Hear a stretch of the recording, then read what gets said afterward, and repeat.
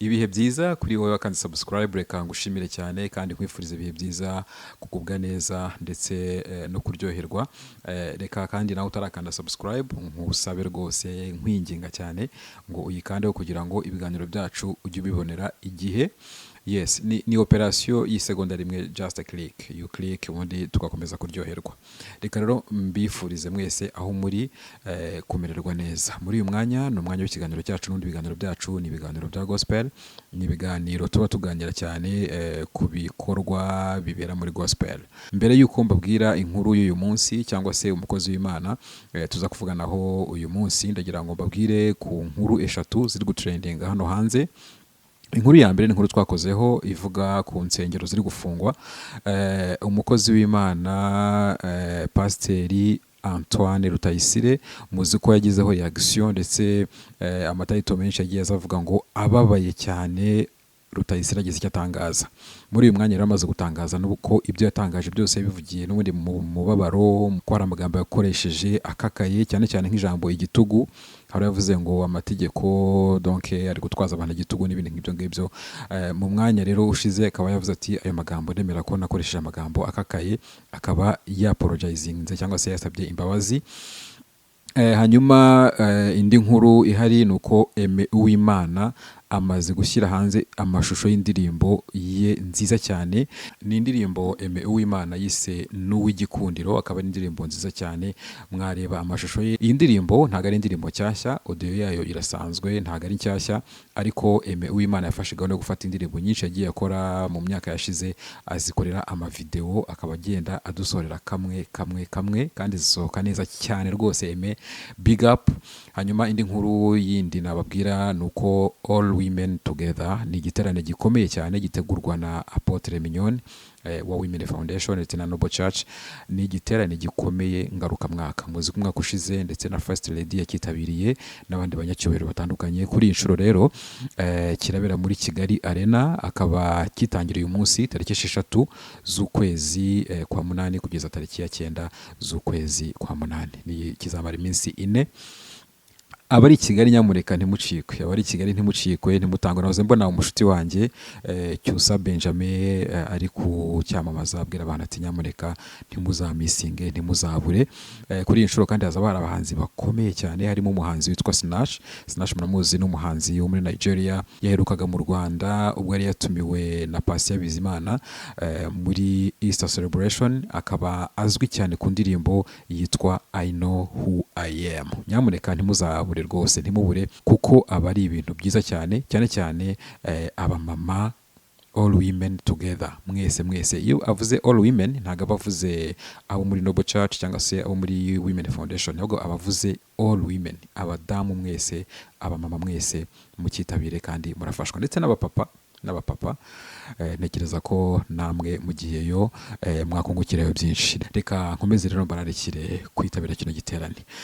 Hanyuma umukozi w'Imana tuvugaho uyu munsi ni umuhanzi, ni umuvugabutumwa, ni umubishop, ni umuntu ufite amatitire akomeye cyane. Akaba ari umugabo uri gukora ibintu bikomeye mu gihugu cy'u Rwanda ndetse no mu karere muri rusange. Ari gukora ibintu bikomeye cyane mu Rwanda, i Bugande, Tanzania, Congo, i Burundi n'ahandi, kuko ari gukora ibiterane bikomeye. Budi mu Rwanda twajyaga tubona ibiterane, n'ubu turabibona, iza All Women Together, tukabona Afrika Haguruka, tukabona n'ibindi bitandukanye. Ariko ibi biterane bikomeye cyane by'amamega crusade, donc ibi abantu bajya hanze bagashyiraho sound ziremereye, bagashyiramo abahanzi bakomeye cyane, mu Rwanda ntago bikunda kuhaba. Twajyaga tubibona haje abantu b'Abanyamerika cyangwa se abantu muri Australia nka Hillsong, haje abantu bavuye i Burayi, donc abazungu muri rusange aribo baje bagategura ibyo biterane, kuko biba bisaba n'amafaranga menshi cyane, menshi. Kuri iyi nshuro rero ntago dufite umuzungu uri kubitegura, ntago dufite Ben Hinn, ntabwo dufite nyine aba bavuga ubutumwa bakomeye mpuzamahanga, ahubwo dufite Izayibaho. Mu Rwanda, akaba ari Bishop Izayibaho. Ni umukozi w'Imana, Imana ihagurukije muri kino gihe. Ni umukozi w'Imana, Imana iri gukoresha imirimo ikomeye cyane mu Rwanda. Akaba ari gukora crusade zikomeye zitabirwa n'urubyiruko, zitabirwa n'abamama n'abapapa n'abandi bakozi Imana batandukanye, hakaberamo ibikorwa bitandukanye. Mu cyumweru cyashize yakoze crusade ahantu bita Imahama. Imahama ni mu nkambi y'impunzi, hanyuma akoramo igiterane n'izindi activities zitandukanye. Namuganirije namubaza nti Izayibaho, ubundi amazina yawe nayahe? Ese witwa Baho cyangwa kuko nzi ko afite ministry yitwa ngo Baho Global Mission, ese Baho ni izina rye cyangwa se ubundi amazina ye nayahe? Hanyuma ndanamubaza nti mbese ubundi vision yawe, intumbero zawe, ibi bintu bitangiye gute kandi ufite ihe vision ushaka ko bigera hehe? Reka twumve Izayibaho adusobanurira. Imana ishimwe, ngira ngo nangire nshimira Imana yo iduha ubuzima, yo kwizerwa kandi itugirira ubuntu igihe cyose, ndetse n'ibyo dukora byose ni kubwayo, ni kubw'Imana.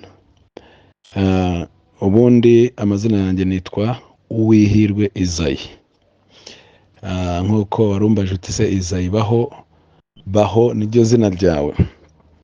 Ariko ubundi amazina yanjye nitwa Uwihirwe Izayi.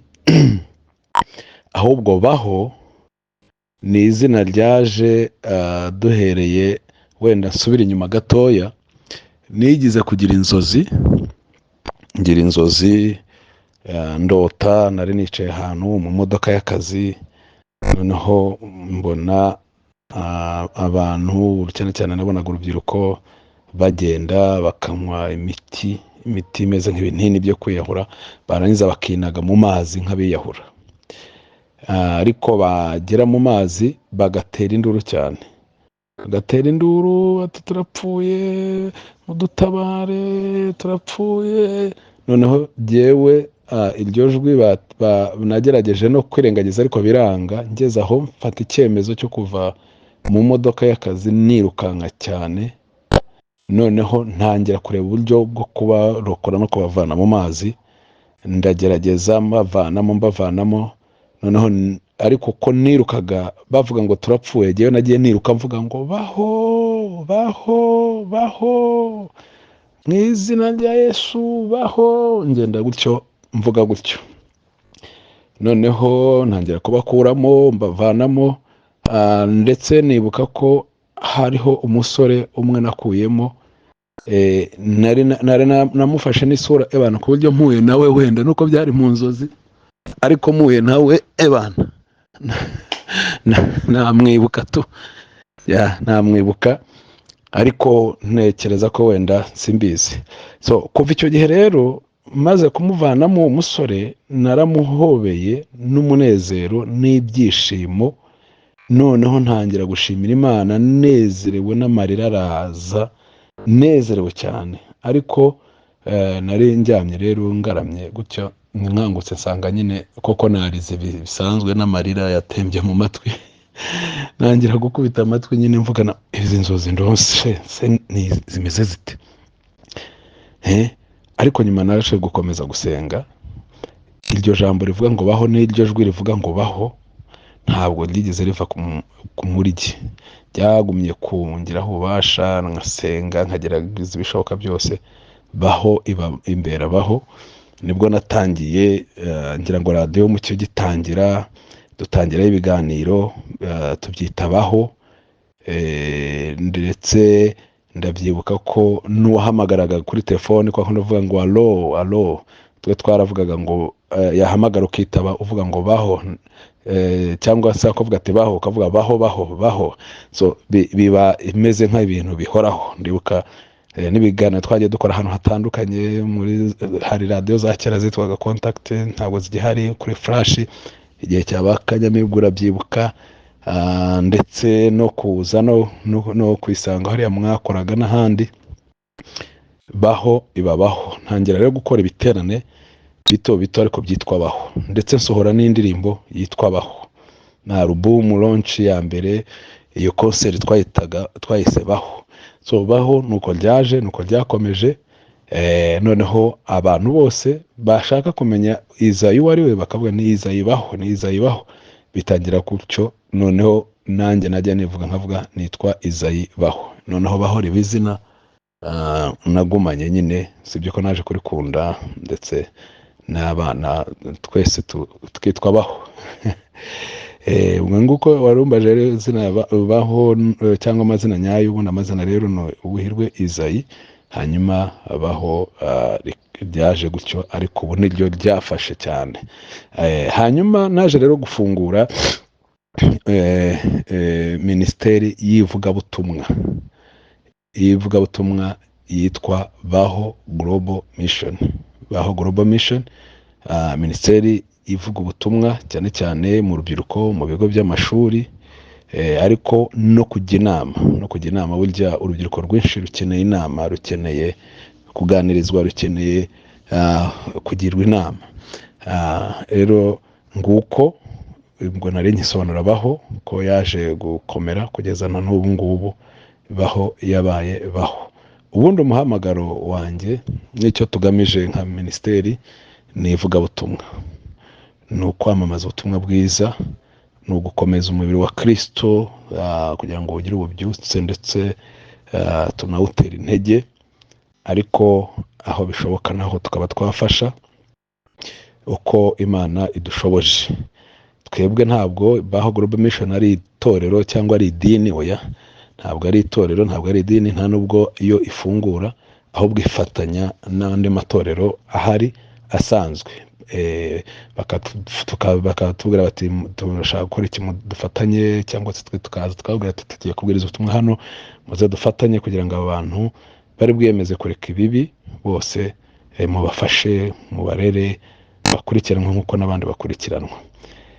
Natangiye kera nko mu 1996 nabwo nakijijwe burya. Hanyuma kuko navukaga mu muryango w'abapasitori batwigishaga Sunday school, nasaga nk'uzi ijambo ariko ntakunda umurimo w'ubupasitori, ntakunda ibyo kwitanga no gukora Imana. Njya mbona n'abarwana babirwanira bashaka kujyamo, nkabona ntazi ibyo ari byo.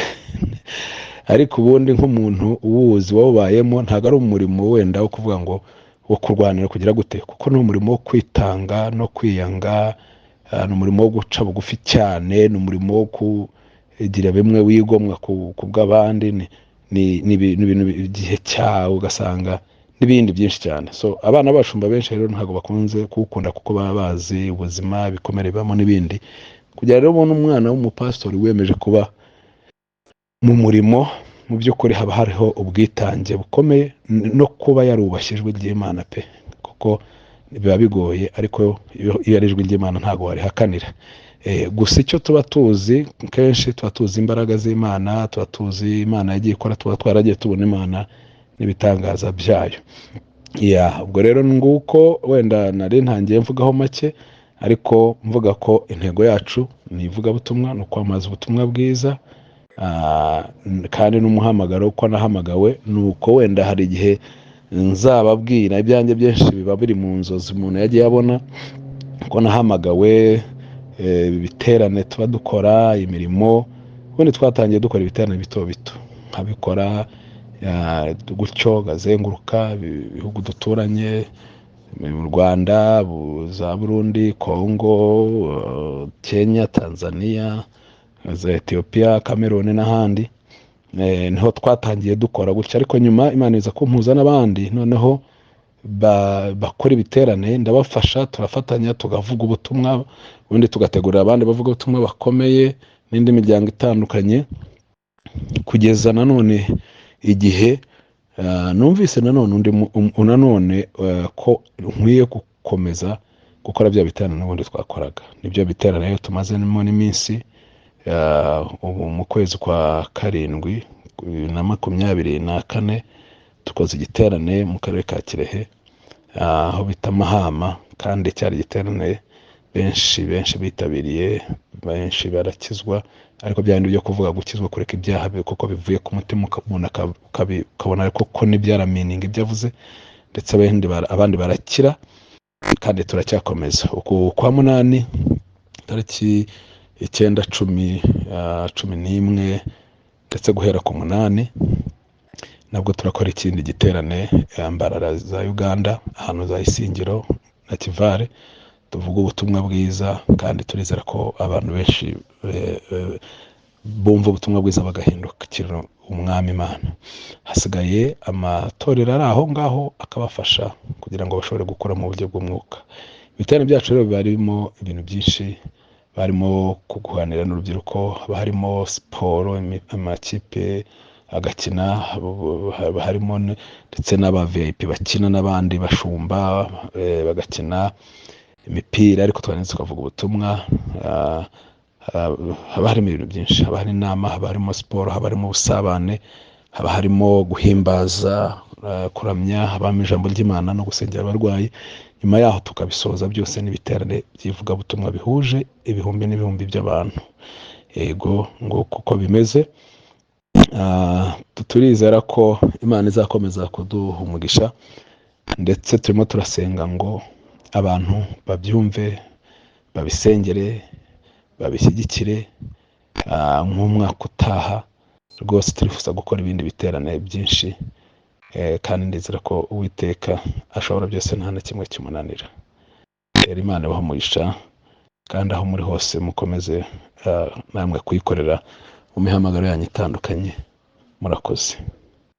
Arakoze cyane Izayibaho. Hanyuma muri kino kiganiro kandi namubajije ngo ubundi biterane byinshi twabonaga hano by'Abanyafurika cyane cyane abari biterane by'ibitangaza, ubuhanuzi, gukira indwara, donc kuza guhanurira abantu cyangwa se bimwe bajya bakora gutya abantu bagahirima, ubona nyine ari ibiterane by'ibitangaza.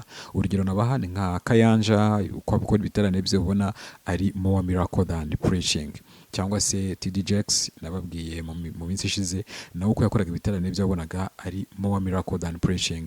Ndamubaza ngo donc ni ibitangaza byinshi kurusha kubwiriza, nicyo nshatse kuvuga. Hanyuma ndamubaza ngo wowe ibiterane byawe biba bifite iyihe angle, donc biba bigamije iki? Ni ugukora ibitangaza, ni ukuvuga ubutumwa, donc bigamije iki ibiterane byawe, kandi ninde muntu wigiraho? Reka twumve ko dusubije. Okay. Ku bijyanye n'iki kibazo mbajije, buriya ibintu birahinduka. Hari n'igihe biterwa n'aho uri cyangwa n'icyo ushaka, ariko abo twigiraho bashobora no kuba atari umuntu umwe cyangwa babiri, ugasanga buri wese hari icyo umwigiraho.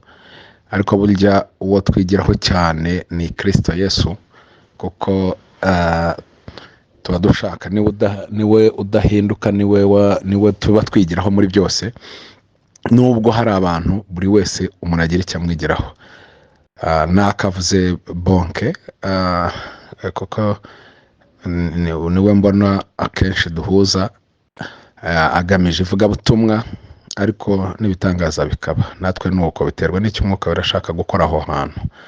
Ubwo ni ukuvuga ngo twizerera mu ijambo ry'Imana, mu ivugabutumwa, twizerera mu bitangaza, ndetse n'igihe n'ubuhanuzi bushobora kuza, ariko mu by'ukuri uwo twigiraho ni Kristo. Dufite abantu batubanjirije nka Bonke, nubwo sinzi niba navuga ngo batubanjirije, wenda ntakiriho. Hariho bavuga ubutumwa benshi ba Danamori twigiraho. Hariho benshi. Uko ubundi urahamagarwa, uko ugenda ukura no mu mikorere ugenda ukora, ukagenda wiga, hari icyo wigaha abantu batandukanye, ugira ibyo wigiraho. Yego, ariko byose birashoboka kandi biterwa n'icyo Imana ibashaka gukora, icyo umwuka irabashaka gukora. Ariko kenshi bigamije kwamamaza inkuru nziza, ubutumwa bwiza, kuko ijambo ry'Imana ni byose. Hanyuma riranakiza, umwuka wera akamanuka, ushobora no guhanura, ushobora no kwerekwa, ushobora no gusengera umuntu agahita akira, nk'ibyabaye mu minsi yashize. Umwana wari umaze imyaka 15 ugutwi kutumva agahita kumva. Ariko byose biva mu butumwa bwiza, ivugabutumwa no kwamamaza inkuru nziza, nibyo bya mbere. Merci. arakoze cyane Izayibaho. Reka rero mbashimire mwese abadukurikiye, kandi ndagira ngo twaturire amagambo meza kuri Izayibaho, kuko ibintu ari gukora ni ibintu bikomeye cyane. Ibintu ari gukora ni ibintu biri ku rwego rwo hejuru. Ni ibintu ubundi nyine abantu tujya tubona byateguwe n'abanyamahanga, ariko kuri iyi nshuro Izayibaho ari kubitegura mu Rwanda. I Bugande niho azajya muri kino cyumweru kigiye gukurikiraho, aho azaba ari n'ubundi mu nkambi y'impunzi ya Nyakival, ndetse azajya muri Tanzania n'ahandi hatandukanye. Imana imuhe umugisha Izayibaho, kandi twizere ko Imana ikomeza kumugenda imbere, ibintu bye bikaguka.